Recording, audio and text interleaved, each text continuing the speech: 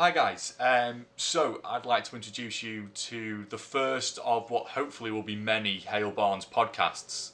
I'm being joined today by Tommy Smith and Dave Saddington, current and former Hale Barnes first team 11 captains. And the idea will be today we're going to go through our team of the 80s to 2000s. Well, I say team of the 80s to 2000s. It's more likely going to be Sado and Molly's team of the 80s to 2000s, mainly because most of us were still running around in nappies and stuff during that period. So what we're going to be doing is hopefully get this You weren't team out. even born, I wouldn't have thought. so Sorry. so I think what we're going to do is go through Sado and Molly's team to start off with, and then after that we'll do a second episode where we'll go through this sort of post millennium team where we'll go through 2000s up until present day, and then hopefully we'll do some sort of simulation. We'll have a bit of a debate, and we can see which team is the best. So I think to start off with, I'm going to hand you over to Dave Saddington, who is firstly going to run you through 1 to 6 of his team, so the top, sort of the batsman, and see where we go from there. He's obviously got a lot more knowledge about what's going on and who did what during that time. So yeah, I'll hand it over to Sado. Before Okay, before thank- before Sado starts, by the way, I was looking when we've had these conversations quite a lot, and then Sado sent the stats to us recently, and I'm now very concerned because some of these stats are absolutely terrifying.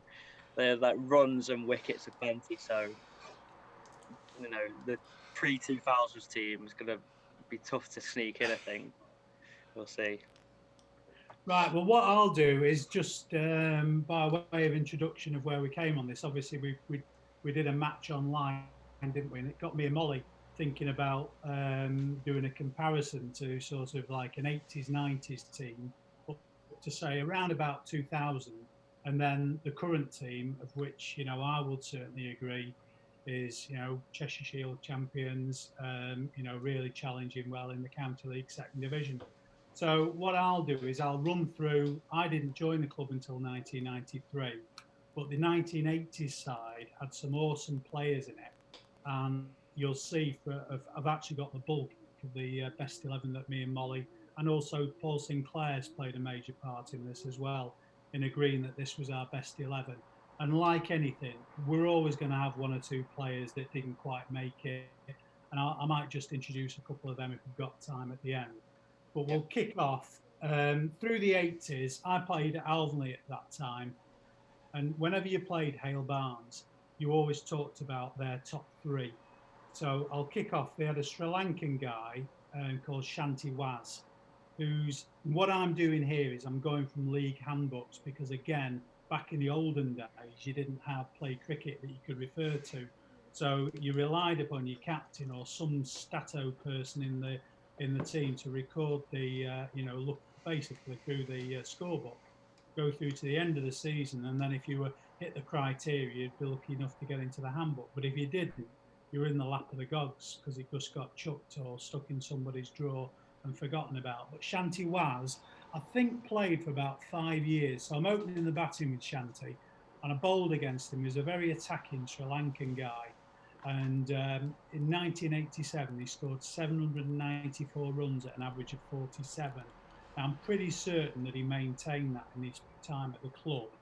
And he opened the batting with a guy called John Eardley, who played with his brother Mike Eardley. And again, they opened the batting with John Eardley and Shanti. John Eardley's best season, 1987, 837 runs at an average of 52. And he consistently scored that level of runs. And then once you got one of those out, Mike Eardley strode to the crease, and his best season, 1988, scored 800 runs at 50 average. Now, bear in mind, this was 45 over cricket, no covers in most of the grounds. So it was pretty awesome, top three batting orders. How would you like skipping against that, Tommy? It'd be I thought I'd go with the uncovered pitches. You think? Well, how differently did the pitches behave back then? Were they as bad as made out, or? Well, Sado got loads of wickets, so it was perfect for sort of right arm dobbies, isn't it? Well, I wasn't the only one, but don't forget as well. In those days, you weren't restricted to overs as well. Yeah. when I played at Alvin Lee, we had a very strong batting and bowling attack, but we had probably 5 or 6 frontline bowlers. And quite often you'd be bowling 8 or 10 overs, feeling really good as a 20-year-old, 30-year-old. You might have a couple of wickets for say 20 or 30. You get whizzed off, I would anyway, by a guy called Peter York to give somebody else a go. Whereas when we get onto him, Molly would be just running in and bowling 23 overs every week. So I think it kind of skews the bowling figures when we get round to it. Yeah. But that top three batting lineup, how many times do you think they would have won the league with that batting lineup through the 80s? They should have been winning it every season. Like if you had that now, if we had 3 players all averaging around 40 or 50, you'd absolutely walk it. You'd have thought. Yeah, but 0. They didn't win. They didn't win once. And I'm not going to put them to any disrespect in the 80s. No. But what you used to find was when John Eardley was, if you've met him down at the club, he's such a nice guy. Yeah. And I used to liken it, and Molly agreed with this, and Sinky actually, that it was almost like you were playing somebody on tour, because when we get around to talking about fielding, the fielding wasn't the strongest. But they were quite capable of posting. In those days, a good score would have been 200. They could score over 200 and set you a really strong score to chase, but then not field very well. So you could actually knock the runs off. And quite often, I think they got to runners up spot, but they never won the league. So I've got 3 of my top order there.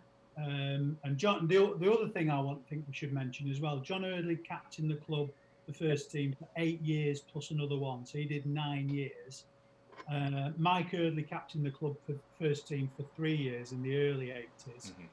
And I'm just going to mention, I'll slip in the other opening batsman, because if you thought you were chasing a lot of runs there, Neil Lansborough joined the club from Bowden Vale in 1995 and scored 1,040 runs when we won the league in 1996. So I'm opening the batting with him as well.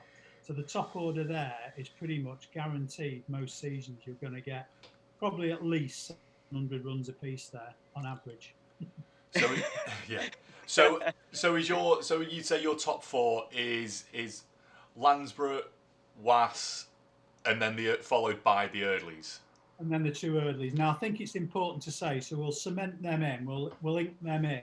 The important thing to say there, if we were playing limited overs, and you did have a midweek, wasn't a 2020 actually, it was 16 8-ball overs in those days, which pretty much worked out. And do you know what? I always used to say that we should do that, because you had less change rounds, so you could get the game played before it started to go dark, which was an interesting one. And I don't know why the league changed it from that, because it used to be quite enjoyable. Maximum of 4 overs per bowler. So, you got 16 overs in there.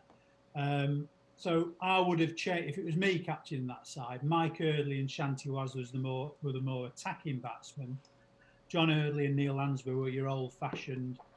I could bowl at Neil Lansborough, and if he listens to this, he'll have a wry smile on his face, because I could bowl, if I was opening the bowling, which I did a lot of the time, I could pitch it right up to him. And if I was swinging the ball, obviously I'd want to do that, knowing that he very, very rarely would smash me through the covers. He'd be playing himself in, because he was batting to bat 45 overs. Yeah. Pick his game up later on, but he was superb at running the singles as well, was Neil. He's a really, really fit lad. So that's my top 4. The top 5, I'm going to put Paul Sinclair in there, and he's the captain of this side. Now, Sinky, be a bit cheesed off if I was putting him at 5, but I think we've got to slot him in there, because he could open the batting, Sinky, as well. And for most of his years, he did. And the best season I could see from Sinky was 618 runs at an average of 50 and a top score of 145. I think the big thing with Paul, wasn't it? Sorry, yeah, he was so bloody consistent. And to counter what I've just said about Neil Lansborough, if I was opening the bowling against Paul Sinky, if I pitched it ball up, he'd hit me for 6 behind my head. I think to really, really be tight on your line and length when you're bowling Sinky. So from looking at that, looking at Paul, he seemed like he'd be 600 runs, 500-600 runs every year, at a decent average, sort of topping out at around about 40-50.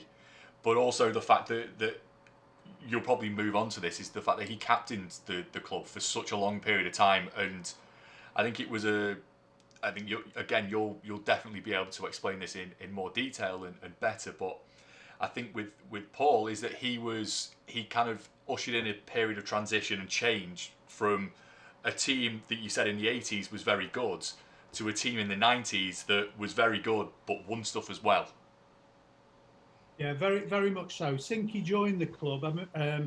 When I come on to mention Molly had joined the club a lot earlier than I'd actually sort of remembered, really. But Sinky joined the club in 1991, and then he took over the captaincy. That was John Eardley was captain in 91. And John, the other thing I'd say about John would have played a lot longer, but he started to get arthritis in his hands. So it stopped him from playing really at an early age, because I think most players would tend to play into the early 40s. Obviously, I'm a bit of an exception. I've carried on trundling in a lot longer than that. But, you know, you probably would be playing, most of these guys would play until sort of early 40s. But John probably packed in around about the age of 40. And I think Mike did. Mike, when John went, being brothers, Mike left, I think, to play more golf from what I remember. But both these guys come down to the club on a regular basis, and to my knowledge, have stayed members for all those years as well. So Sinky took over the captaincy in '92. Where did we finish, do you think, in his first year? It's either going to be high or low, isn't it? I haven't got this written down. I've got 93, 94, and then a few others, but I haven't got 92 written down. I'm going to go. Well, he reminded me about this the other day. So where do you think? I'm going to say 12 team leagues. Oh, yeah. What division was it? It was Division 1 actually, Mellor Braggins as it was known. Mellor Braggins, okay. Did you get relegated? We've never been relegated, so there's the clue. We've never been relegated, never dropped to the second division. But I'll finish all the suspense there, because if there was anybody from Ashley or David, Sinky reminded me about this. Apparently we were in the bottom two and we were playing Ashley in the last game, knocking the runs off according to Sinky, and the umpires took them off because of dark light. They had to win to stay up. Right. And then because they didn't finish the game, they thought they were going to go down, and then they found out that Davenham had lost. So I think Davenham must have gone down and Hale stayed up. So that took us on to 1993. And I'll spend a little bit of time on this, because I think that's when he started to get a grip of it. And what Sinky did, which I think all captains, we've all had a go at captain. No, Doddy's not had a go at captaincy. We're not only after, I mean, the cricket captain's got to do everything, haven't they, Tommy? Yeah. But recruitment is so important. Yeah. Sinky was absolutely, literally, he didn't care less about who he was playing against and who he was saying it in front of. He would be tapping up players from the other team when we were playing them, we were having them a drink in the bar. So I'd always got on really well with Sinky over the years. So I was at Alvin Lee in '93, and we'd just gone into the county league. And that was at the first sort of expansion stage. So Al Sager and us had gone in, and we'd finished runners up. So we're going up and feeling pretty strong. But again, I don't know whether you knew this, but the county league just expanded to 2 divisions then. Yeah. And what we did to encourage other teams to go in as well, they decided, they all voted in favour of this, that it would play 1 division over 2 years. So basically, us at Alvin Lee, gone from being a competitive team in the county league, Cheshire League, we're all of a sudden playing, you know, all the top teams, you know, your Bowdens, your Witnesses, I think, joined in that year as well. And you'd play every team once over 2 years. I was captain. I'd taken the captaincy over in '92, and I fractured my cheekbone in about the second game of the season, trying to hook a ball. I never could hook it. But I got hit by a quick bowler, Kurt Edgington, and if he listens to this, I think he did apologise to me, but fell on my bloody stumps as well. So I was out for about 6. I got told to be out for 6 weeks. And then when I went back playing for Alvin Lee, I wasn't playing well. And I'd never been dropped, and obviously I was the skipper as well. So there was a little bit of criticism starting to build up in the side, because we weren't winning every week as well. And I came back too soon. There was an altercation basically in the bar. I'm not going to say who it is. The person who had the altercation with knows who it is. But I just basically thought, right, we've not sorted that out. that person's not apologised. I just moved to Manchester to Sale. I'm going to change. And I bumped into Mark Kennedy in a butty shop in Manchester. Mentioned to him that I thought I was thinking about changing. Anyway, as soon as I got home that night, no mobile phones, obviously. Sinky was straight on the phone to me, come and join us. So I joined halfway through the 93 season. And when we got onto the all-rounders, I did extremely well in that year. And I think I finished second in the bowling averages. And again, we just crept above the relegation in 93. We finished about fifth from bottom, I think. And that moved us on to 94. Just touching on the captaincy stuff, how different was it back then in terms of managing people back then? Was it, because obviously you probably would have had a slightly older side than what we probably have now. Do you reckon it's changed much in terms of the role of the captain and how they have to present themselves, or is it still kind of similar? No, I was thinking about this because it's a reasonable question. Back in those days, the one thing that you used to get was that pretty much the 11 players that were selected for the team would play most weeks. Yeah, which is just still unheard of, isn't it?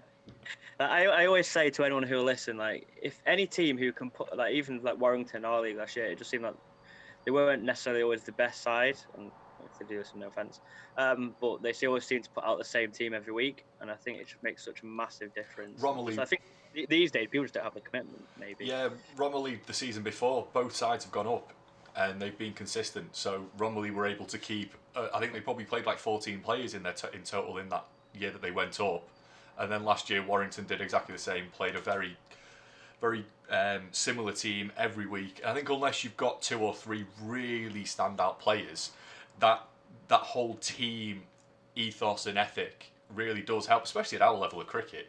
I mean, at the end of the day, we're playing this game for a laugh. So I think if you can keep 11 players on, or as many of the same players on as possible, then it'd be great. I can understand why teams are successful at that point.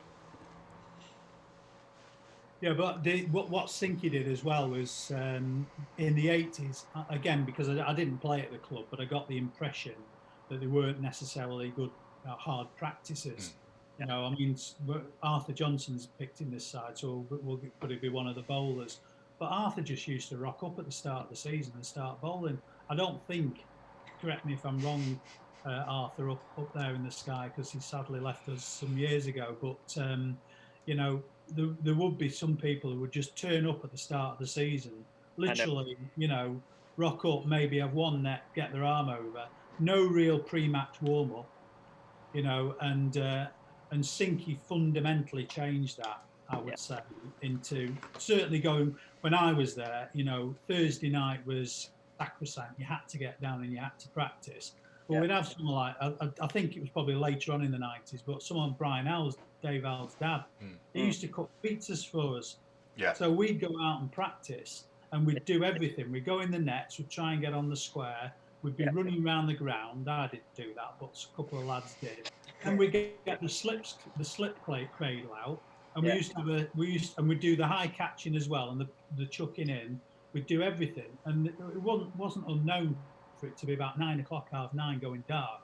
And there'd be a competition on the slip cradle. Yeah. You know, 2 against 2.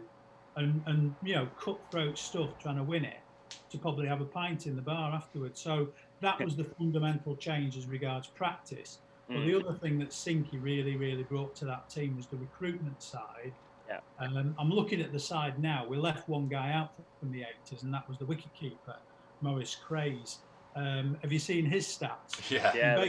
He was a top order batsman who could keep wicket as well. And I think he did. We had the other thing back in those days in the 80s and 90s. We had a league team, you know. So he played in I think he'd moved up from Somerset from memory. And his best season, he scored 662 runs at an average of 35 and took 27 dismissals. Yeah, that's not bad. So if Stanley's listening, that's not a bad objective. Stanley could only dream of 600. So I think this one is an interesting one, especially for me, is because I know that you've left Derek Stubbs out, who is obviously someone that you'll have played with probably for as long as anyone other than maybe Molly in that first team at Hale Barnes. So how difficult a decision was it to leave him out compared to Morris? Massively difficult, and all three of us, me, Sink, and Molly, all said that we could quite easily. I mean, I think for longevity, Boxty would have got it, Yeah. right? And Boxty, I think from memory, knowing that not obviously I didn't bowl with Maurice Craze as my keeper, but I know Boxty was one of the first keepers who started standing up to me. And although I was never rapid, I was quick enough for the keeper to stand back. So that was one thing. I think Pete Ascot did as well, and got to have a mention out to Pete Ascot because he played for us for a couple of years. Another one who moved from Bowden Vale, but Boxty, I think, has got to be an honourable mention. Yeah. And the one thing with Boxty is when we get on to '94 when we won the league the first time, Boxty played as a fielder. And in one of the games, I think getting to the end of the season, he actually ran somebody out in a game that was dead close. And because we only won by about 10 points, you could argue helped win the league. Yeah. But yeah, we just put the favour in for Morris, who was a quality bat, and he was a very attacking batsman. And again, in terms of flexibility in the side, he could have opened the bat, gone for it in a 20-20 or a 16-8 ball over game. So that's our top six. He was the best pure keeper. No, take the bat out. I think, with all due respect to Morris, I think Morris was quite a big guy, so I'd say Boxty. Boxty was a good enough keeper to probably have got in the league side on occasions, but you know what it's like with keeping. It's the favoured ones, isn't it? You've got to have that Cheshire badge to get in the team, don't you? Absolutely. But it's like a goalkeeper, isn't it? You can only have. I mean, I wonder how many clubs, any wicket keepers who are listening to this have had to leave a club because they're not getting in the first team. And at the end of the day, if you want to keep wicket, and play in the team, usually it would come down to who the best batsman is, wouldn't it? It's the only reason I got the gloves in the first place, I think, because I could kind of hold a bat. If there are any wicket keepers listening to this and you want to come and keep, come here and I'll go to fine leg. That was not a bad. See, did you notice that I opened the door and walked right in for that one? But no, it is very, very true. And when we get on to comparing the sides who are actually playing a game, I'm not joking. You couldn't have a stronger top six than that. And you haven't even seen the all-rounders that we've got coming in. Well, yeah, I was just thinking that leads us nicely on to, so you've got your 1 to 6 there. And one thing that we can definitely say is that there's runs in there. There's definitely no shortage of runs. So I'm gonna ask you to run us through 7 to 11 now. Moving on to your all-rounders and bowlers. I think most of them could sort of put in a case for being all-rounders, and as well as being very, very good bowlers. So I'll leave this with you, Sado.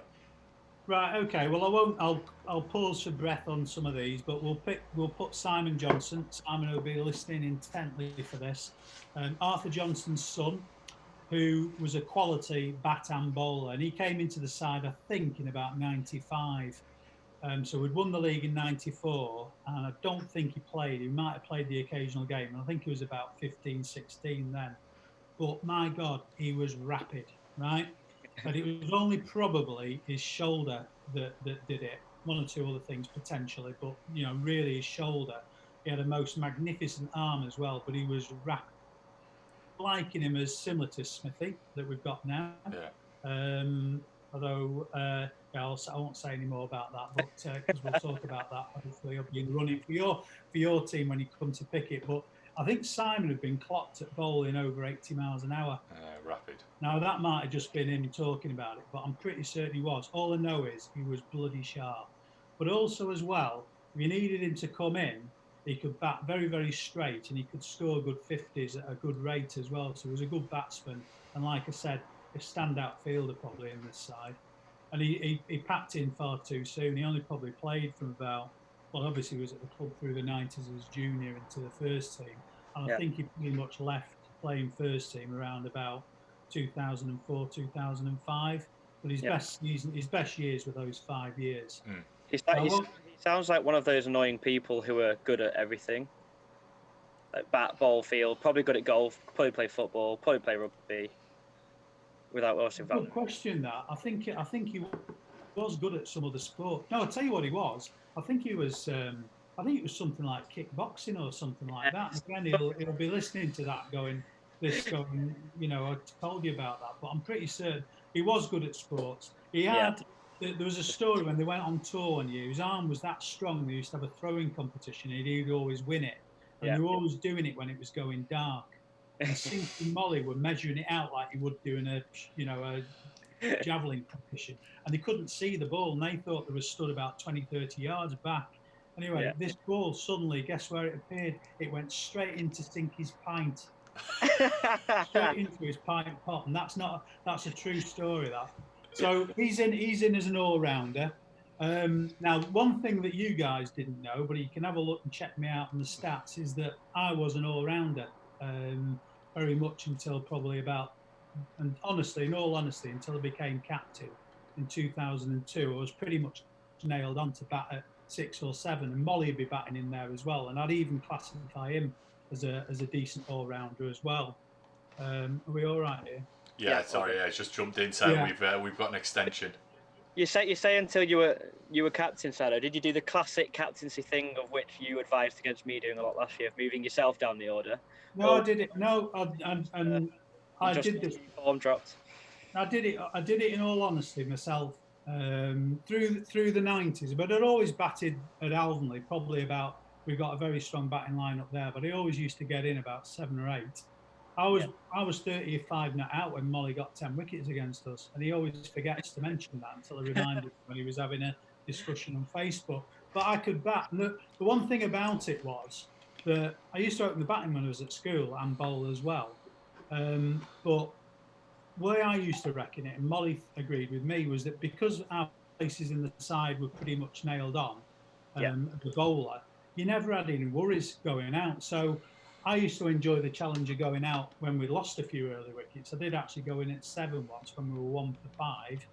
And Molly got a few runs to get us up to a reasonable score. But such a nice place at 7. If you're coming in at like 40 for 5, you have absolutely everyone else has failed, so you've got like nothing to lose. It's such a nice place to bat. Like, I think 7 is probably the place I actually prefer batting for that reason. Just there's no pressure whatsoever. Yeah, well, I used to like 6 myself, but I managed to average. My best season was 2000 in the county league when I scored 430 runs at 35. And that included a ton in the last game when I was skipper. Nobody else wanted to bat.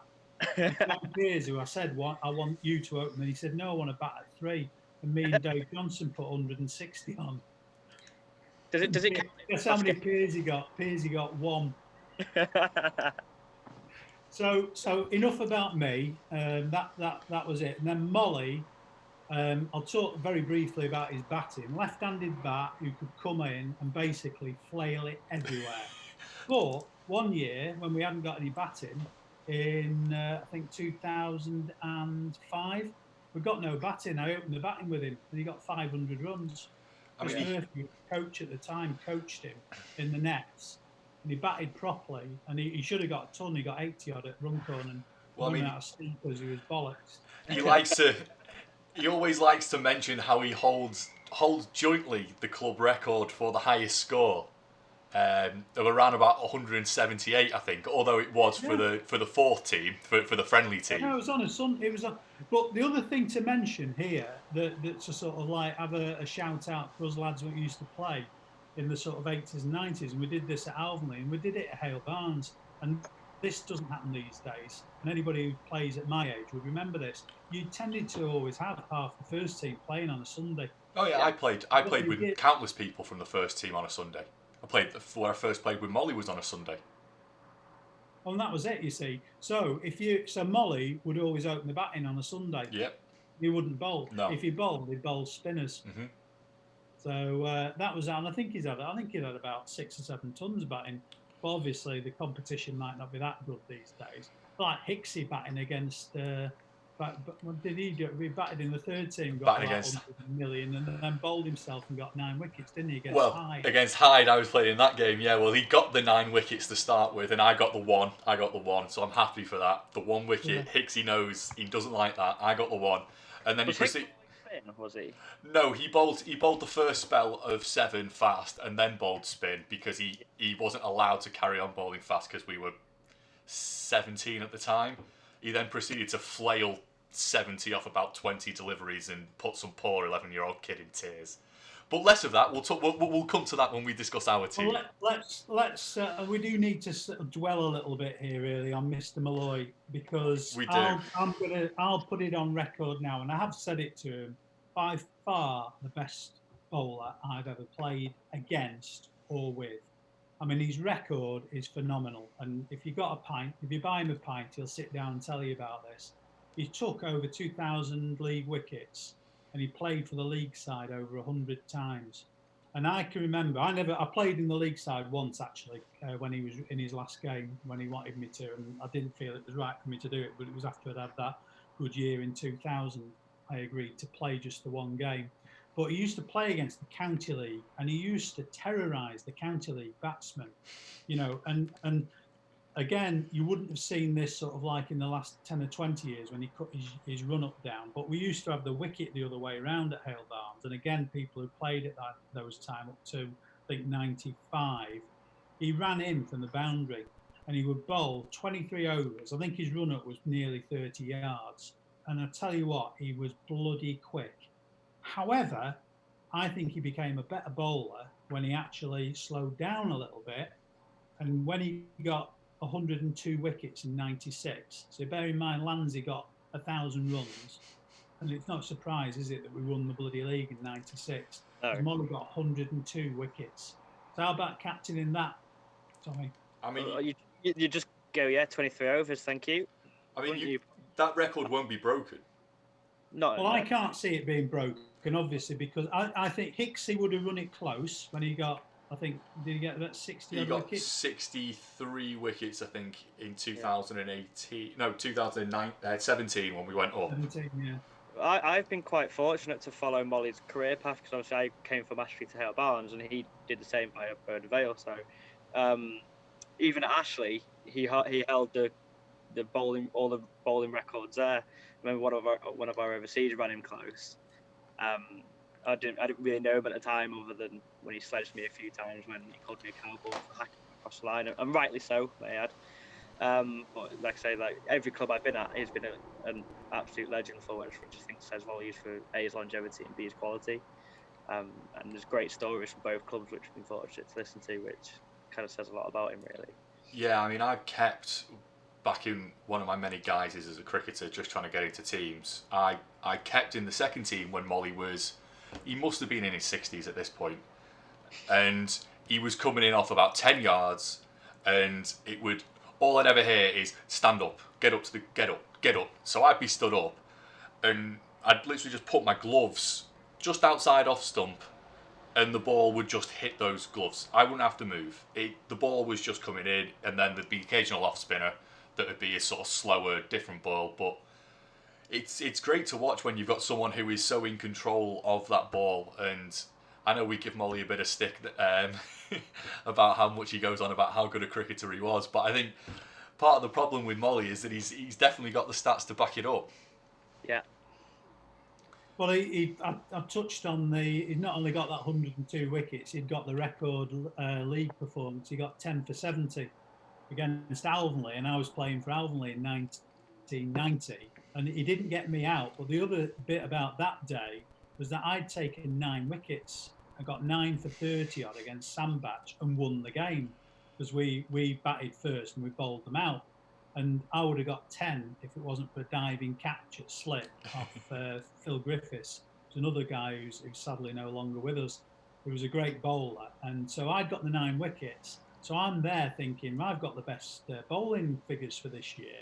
And I was talking to Molly about it, and I was saying, as he was getting, I went in at 7, I think it was, on that day, and he'd taken a load of wickets early on. But we were batting first on a decent track at Alvin Lee. And we always used to put the track, groundsman did, where there was a hollow, where Molly had a big jump to try and put him off. But he was just immaculate that day. Yeah. And he was looking definitely he was going to get 10. And Arthur Johnson's bowling from the other end.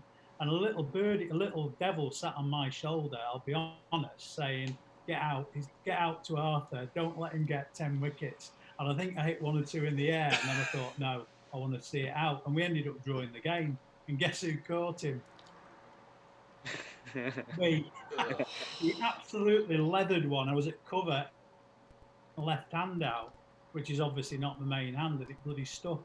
So they ended up stitching for a draw. So, Brilliant. you know, my joke has always been with him. I got 9 wickets and we won the game and got 20 maximum points. Yeah. You got 10 wickets, you didn't win the game. But it was a fantastic achievement. And I think probably that year we probably went out and got 80 wickets. So anyway, enough about Molly. We'll move on to number 10 batsman. Now, we've got there 9 batsmen who could hold a bat there. So I think we've got a pretty strong batting lineup. But I'm just going to slip a couple of other gun bowlers in. And Arthur Johnson needs a special mention because he's batting at 10. I'll come on to my number 11 in a minute, obviously. But Arthur Johnson needs a special mention. Sadly, he died in 2016. He played at the club all his life, right? And I'm pretty certain, I think he was a record number of years as secretary.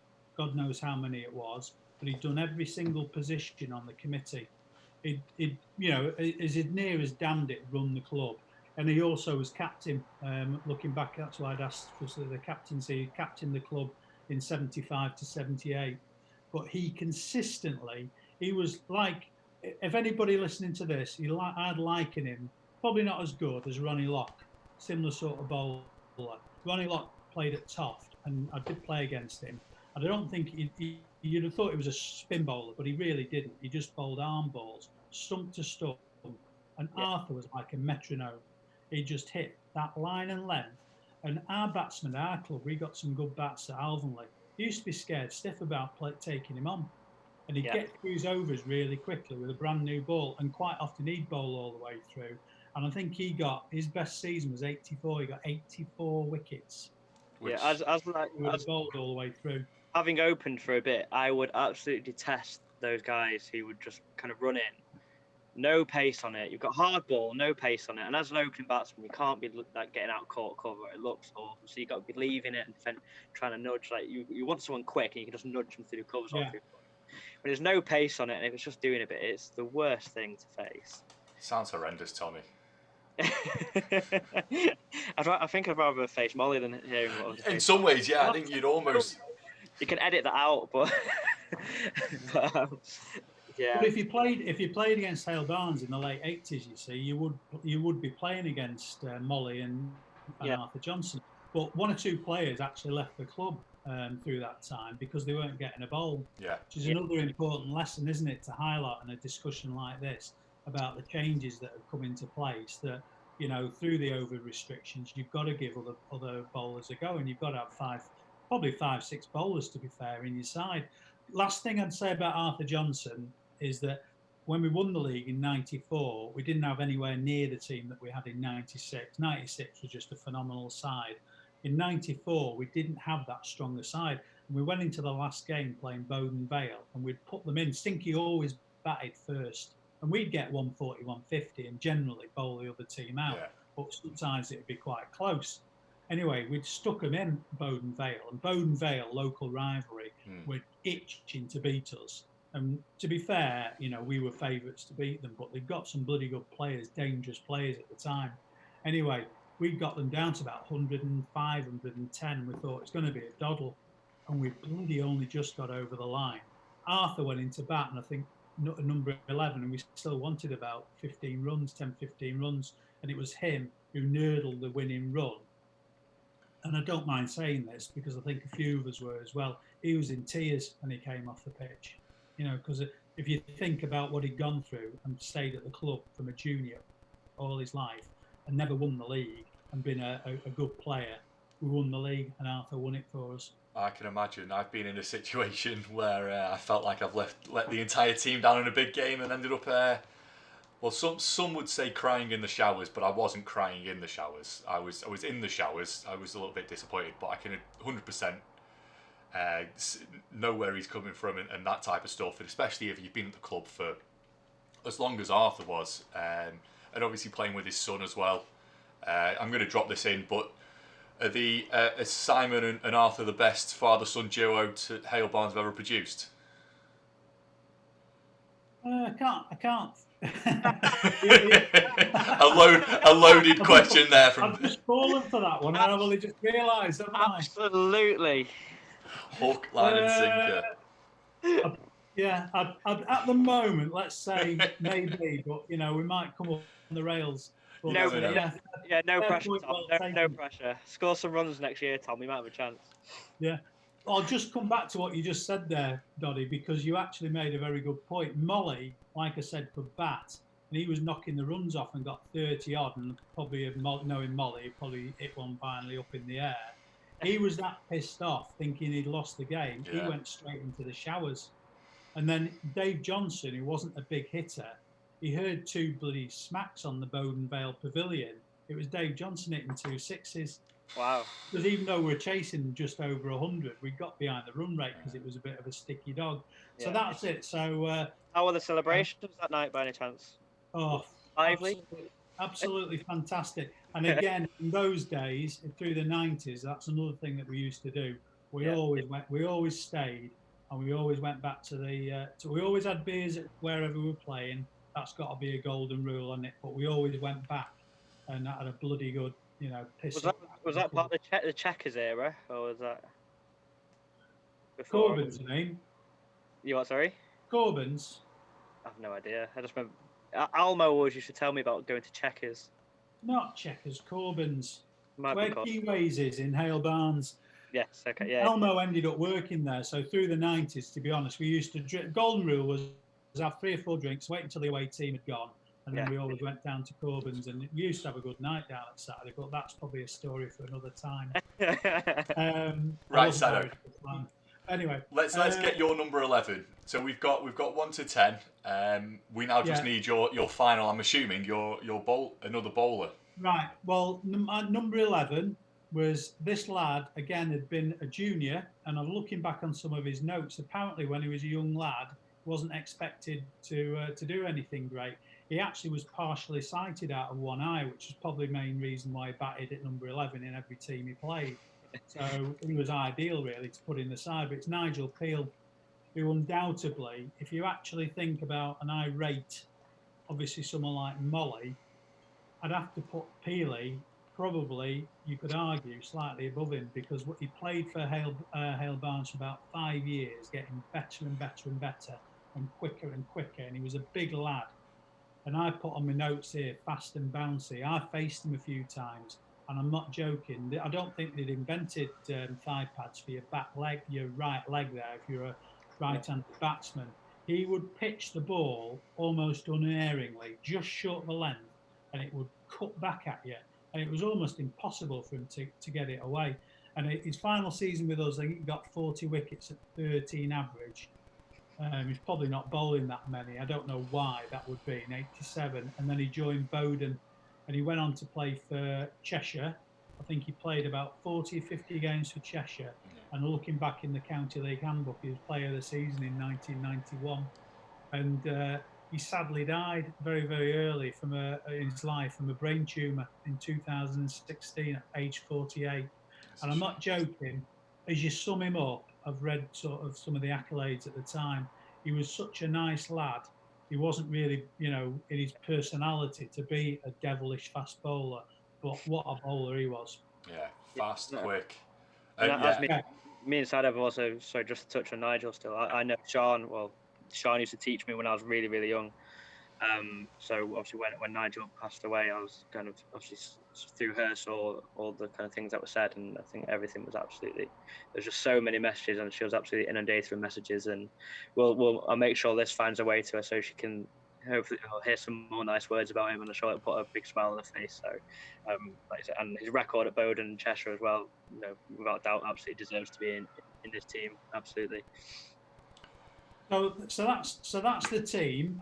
The other honourable mention that I'm going to just put out there as well is a guy called Andy Phelan, who played for us in our 96 side, who was another opening batsman who went on to play for Tatnall. And I think for us his best season was about 600 and odd, probably because he wasn't getting a bat. But he went to play for Tatnall, and he had a couple of seasons getting over 800 runs, and he could bowl really useful medium pace. He was a right arm who could swing it in. So he was another complimentary bowler. And I think the only reason, if you're listening, Andy, the only reason you'd probably have to come in, maybe I'd have to drop myself or something like that, but, you'd probably come in for one of the players. I'm not going to go and say who it was. Probably if you'd have stayed a little bit longer, and that's not having a go at you. This was the power of Sinky. He got Andy Phelan, who lived in Chester, and I think John Pearce did at the time, to come over and play for Hale Barnes. Yeah. And I think it was either 2 or 3 seasons, and then he went to play for Tatnall and did exceptionally well. Well, that's my team, guys. You know, summing that up, that would be a team that over a season of 22 games, whether we play 45 overs or probably better in 50 overs, even with bowling restrictions, I would find it very difficult to say any team would get above it. I know all clubs could say this, couldn't they, with the best 11. The only weakness we would have, being brutally honest, we wouldn't have been the best best field inside. No, but there'd have been loads of pulling it back with your size 10 as it ran out. No, none of this diving around malarkey, even in our 20s and 30s. But fantastic side, really good sociable side as well, and represented Hale Barnes magnificently over the years, every single one of them. And yeah, couple of league titles in '94 and '96, like you said, and also a midweek competition or midweek cup winners, which in '95 as well, which would have been similar to our modern day 2020 style. That's right. Yeah. So I think we should have won more midweek. We should have won more midweekly cups, to be honest. I think you know, we got probably to the quarters and the semi-finals a couple of times, but in '95 we beat Weaver. And despite the fact, and I am going to say this, Weaver were bowling with a soaked ball, and that's another thing to mention, because I was back. Lansley and I think Sinky couldn't hit the ball off the square, and Ian Platt had just joined us, and I was batting with him, and he hit the ball and it exploded, and we picked it up and it was soaked, and I think that game, you know, that they decided that, you know, to play when you were playing midweek games, you had to play with a new ball. Yeah. Really. Right, so I think on that note, I think I'd like to say thanks for your time, guys. It's been really, really interesting and insightful. I think everyone's had a good time doing this all, trying to put the teams together. I think what we'll do next is we will go on to the team of the 2000s. So me and Tommy, a couple of other guys have sat down. We've discussed this. Unfortunately, we were missing 2 players that probably would have been in, because Sado decided he couldn't play for both teams, and neither could Molly. So we've left them out of our team, but they probably would have got into our post-millennium team as well. But we'll definitely catch up, and we'll do the next episode. Will be something along those lines, talking about our post-millennium team. Yeah, cheers, okay, guys, and everybody out there, take care, keep safe, and we'll see you soon. Thanks, Hopefully guys. we'll get the cricket season started soon. Yeah, wonderful.